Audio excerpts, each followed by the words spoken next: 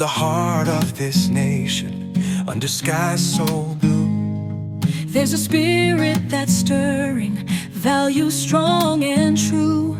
From the mountains to the prairies, from the cities to the sea, we stand for liberty, for faith and family. We're diving deep into the heart of what we believe.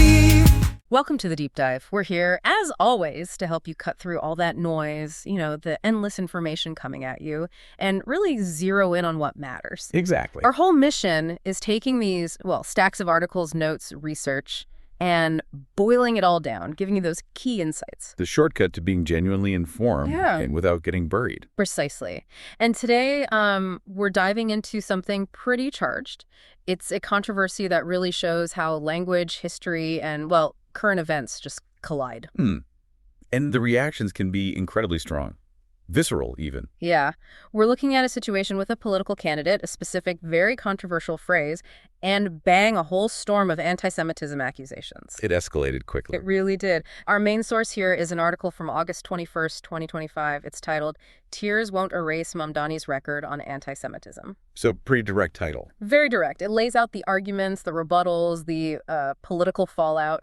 So our goal today is to really meticulously unpack this material, give you a full nuanced picture, as presented in the sources. Peel back the layers. Exactly. And what's, fascinating, I think, is just how complex it gets when you interpret charged political language, especially with historical references thrown in. In the middle of a campaign, no less. Right. Words have weight. We all know that. Yeah. But when they touch on deep historical events, collective trauma, their meaning isn't just contested. It becomes a kind of battleground. That's a good way to put it. So we really need to look at the different perspectives in the source material. Not to pick a side, obviously, but just to understand the dynamics. Understand what's actually happening in the discourse. Yes, and connect these specific events, these reactions, to, broader patterns. How do different groups perceive this kind of rhetoric? How are they impacted? It's definitely bigger than just one candidate or one phrase. Absolutely. It touches on historical memory, identity, and, honestly, the responsibility that comes with political speech today. That responsibility point feels key. It is. And I think a core insight here, maybe, is how collective trauma, that shared historical pain, can just transform words. Someone says something, intends one thing. But for the listener, because of their history, the impact is totally different. Almost makes the speaker's intent irrelevant. Right. The intent versus impact dilemma. Exactly. And it's not just like a political gaffe. It's a communication chasm, really, rooted in these different historical narratives clashing. That distinction is crucial, isn't it? Between maybe a word's origin and how it lands now. So let's get to the heart of it. The article introduces Zohran Mamdani. He's identified as a communist New York City mayoral candidate. Okay. And the article, the one from August 21st, it opens with this really striking scene. Mamdani apparently broke down in tears. The accusations. Yes, specifically over accusations that he was anti-Semitic. That public emotion, it definitely caught people's attention, set the stage for the whole discussion. Okay, so a very visible reaction. How did he frame it? What did he actually say about the accusations? Well, the article quotes him directly. He says, "Anti-Semitism is such a real issue in this city, and it has been hard to see it weaponized by candidates who do not seem to have any sincere interest in tackling it, but rather in using it as a pretext to make political points." Weaponized. That's a key term there. Definitely. He's saying the accusations aren't genuine concern, but a political tactic. So right away, there's this tension. He's emotional, seems distressed by the accusation itself. Right. But he's also saying the accusation is a weapon. Not a sincere concern about anti-Semitism, but political maneuvering. Exactly. He acknowledges anti-Semitism is real, calls it a real issue, but claims these accusations against him are cynical, exploiting the issue. Does the article dig into how that weaponization claim landed? Especially right after the tears? It seems like a complex message to send. It really is. And the article points out that tension. It notes that while he calls anti-Semitism a significant concern, he hasn't, according to the source, detailed a comprehensive plan on how he will combat rising anti-Semitism as mayor. Okay. So acknowledging the problem, but maybe not outlining the solution. That's what the article suggests. It creates this lens, right? How seriously should we take the weaponization claim if he hasn't put forward his own detailed plan for what he agrees is a significant issue? Yeah, that does raise questions to the public, doesn't it? You got the emotion, the denial of the accusation's sincerity, and then this reported lack of a detailed plan. Yeah. Voters have to sort of weigh all that. It's a lot to reconcile. And the phrase itself, the one that sparked everything, is globalize the Intifada. Right, that's the core. The article says back in June on Meet the Press, he refused to condemn it. Refused to condemn, okay. Then in another interview, this one with The Bulwark, he apparently went further, claimed the phrase wasn't anti-Semitic, actively defended it. So not just refusing to condemn, but actually defending its use as non-anti-Semitic. That's a strong stance. Definitely. And that's really the heart of the firestorm. Okay, so if he's defending it, what's his reasoning? How does he argue Intifada isn't anti-Semitic in this context? Because that word carries a lot of baggage for many people. It absolutely does. And his specific defense, according to the source, was this. He argued that the U.S. Holocaust Museum... The Holocaust Museum? Yes. He claimed the museum had used the term Intifada when translating the Warsaw Ghetto Uprising into Arabic. Wow, okay.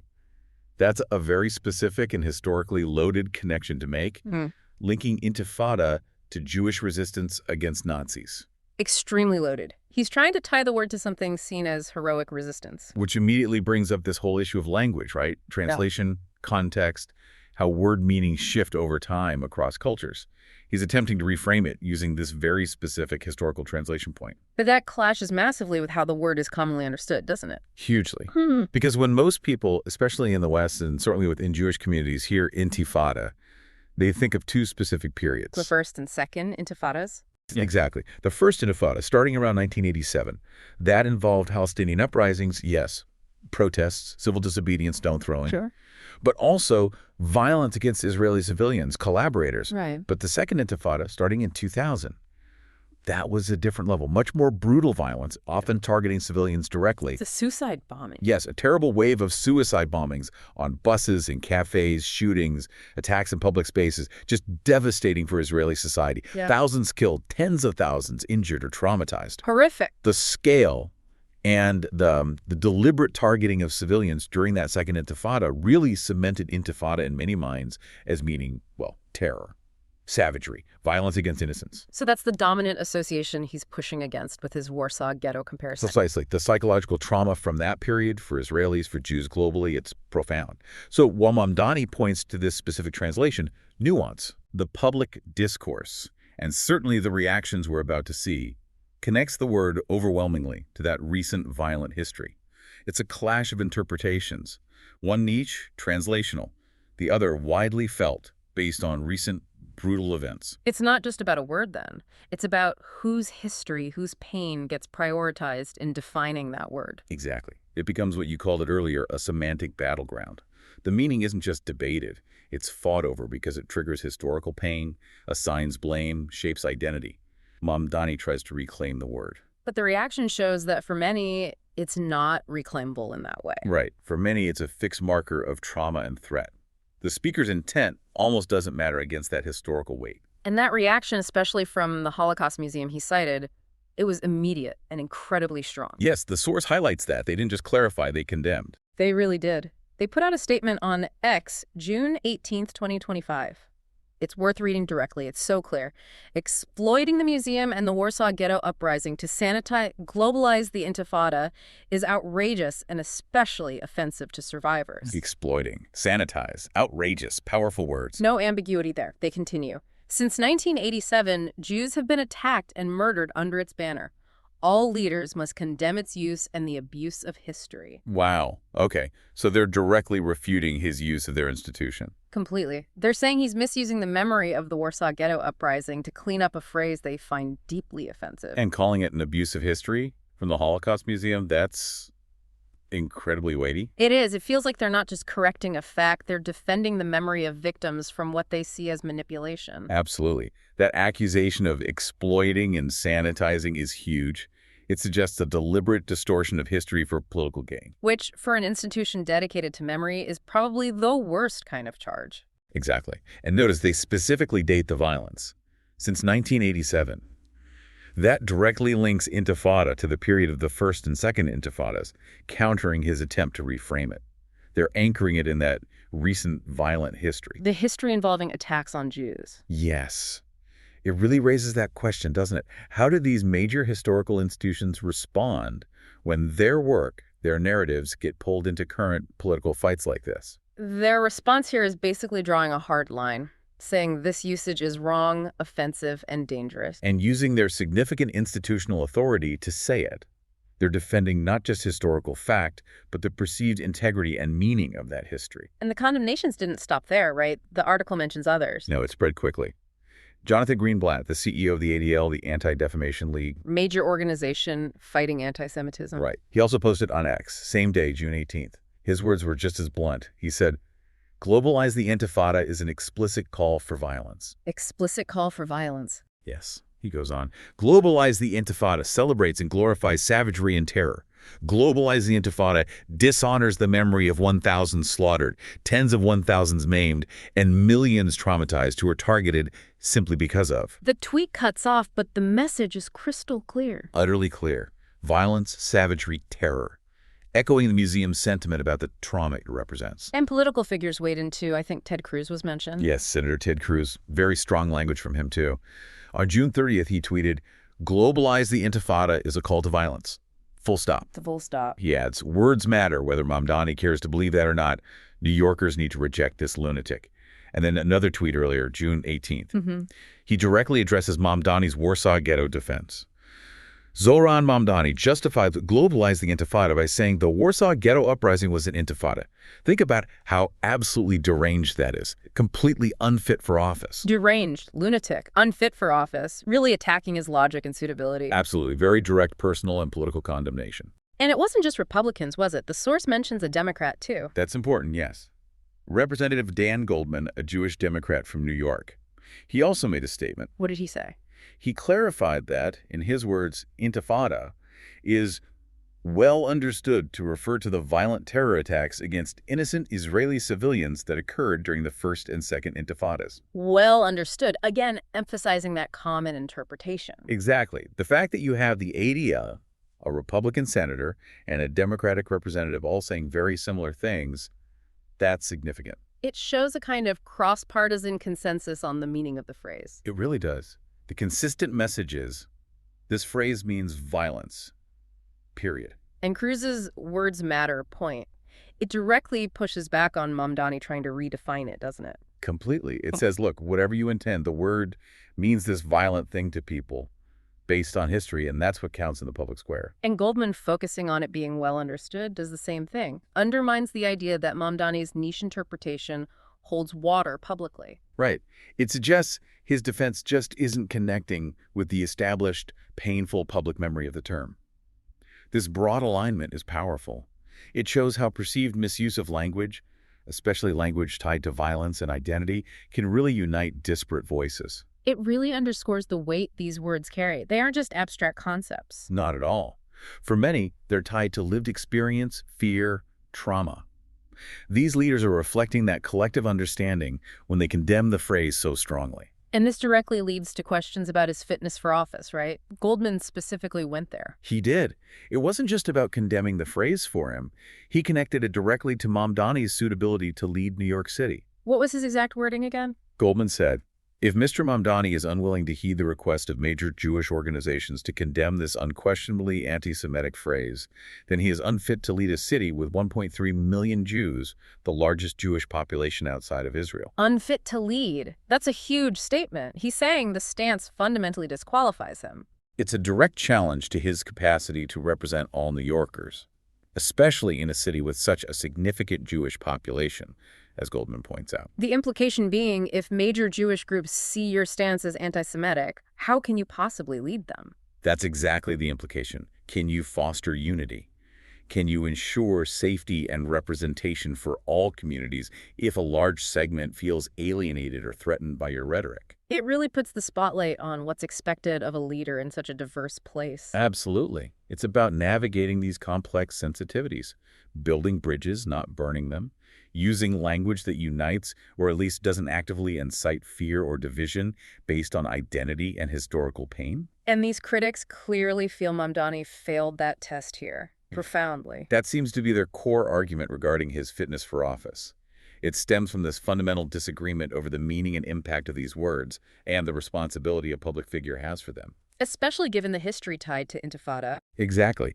It's not just about the word itself, but what his refusal to condemn it implies about his understanding, his sensitivity to the experiences of a huge part of the population he wants to lead. Which brings us right back to where we started, with Mamdani's tears and his claim of weaponization. Yes, that central tension, the emotion, the acknowledgement that anti-Semitism is real, but then the immediate pivot to saying the accusations are just politics. And the article's final thought really hammers this home. It says, Mamdani may have broken down in tears, but they won't wash away a record of defending calls for violence against Jews. Oof. Strong ending. Very strong. It continues, it will take far more than that to convince New Yorkers that he isn't anti-Semitic, basically saying the tears aren't enough. Yeah, the emotional display doesn't erase the substance of the criticism in the author's view. It doesn't outweigh his defense of that specific phrase. So you're left with this stark conflict. One side saying explicit call to violence, anti-Semitic. And the other side saying weaponization, political pretext. It puts the public, the voters, in a really difficult position. How do you navigate that when the claims are so diametrically opposed on such a sensitive issue? It's incredibly hard. You have to weigh credibility, look at the historical context presented, consider the source of the arguments, think about the impact of the language versus the stated intent. There's often no easy answer, just ambiguity. And it really circles back to the responsibility of public figures, doesn't it? Choosing words carefully. Immensely so, especially when history and violence are involved. Intent might be one thing, but the widely understood impact, the historical resonance, that often takes precedence in the public reaction. You can't just ignore how a huge group of people will hear something based on their lived history. Precisely. This whole controversy, as laid out in the article, forces us to think about that balance. How do you articulate a political view, maybe even a controversial one, without using language that's widely perceived as hateful or inciting? Especially against a group with a history of persecution. It's a tightrope walk. It really is. Yeah. And this Mamdani situation becomes a kind of case study for these larger debates about identity politics, historical memory, free speech versus responsible speech. Right. It's definitely not just a local New York issue. No, it echoes much wider conversations. So we've really unpacked a lot today, looking at Zohran Mamdani, Globalize the Intifada, the arguments, the counter-arguments. Following that thread from the August 21st source. Yeah, and it really shows how complex political language gets, how history plays in, and how fast reactions can ignite.